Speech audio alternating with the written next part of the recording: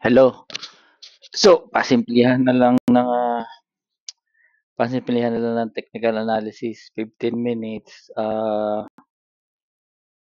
Ito, ang tawag dito? Regression, right? Regression. And then, na-break tong trend line. Kung na-break yung trend line, trend line. Na-break tong trend line. Kung na-break yung trend line, diyan ko hinati. And then, punta ako ng black cat. Ito yung entry niya. Ito entry. Yan ang entry niya. Right? Which is dito yon.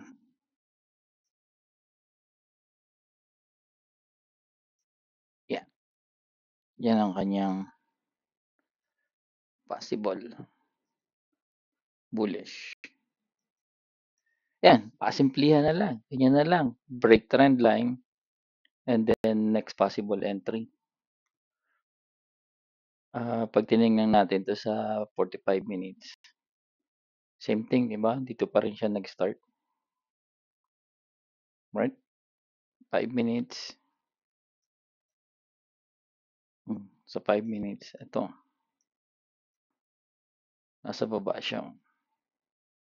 So, pasimplihan na lang. Okay. Go na tayo. Go.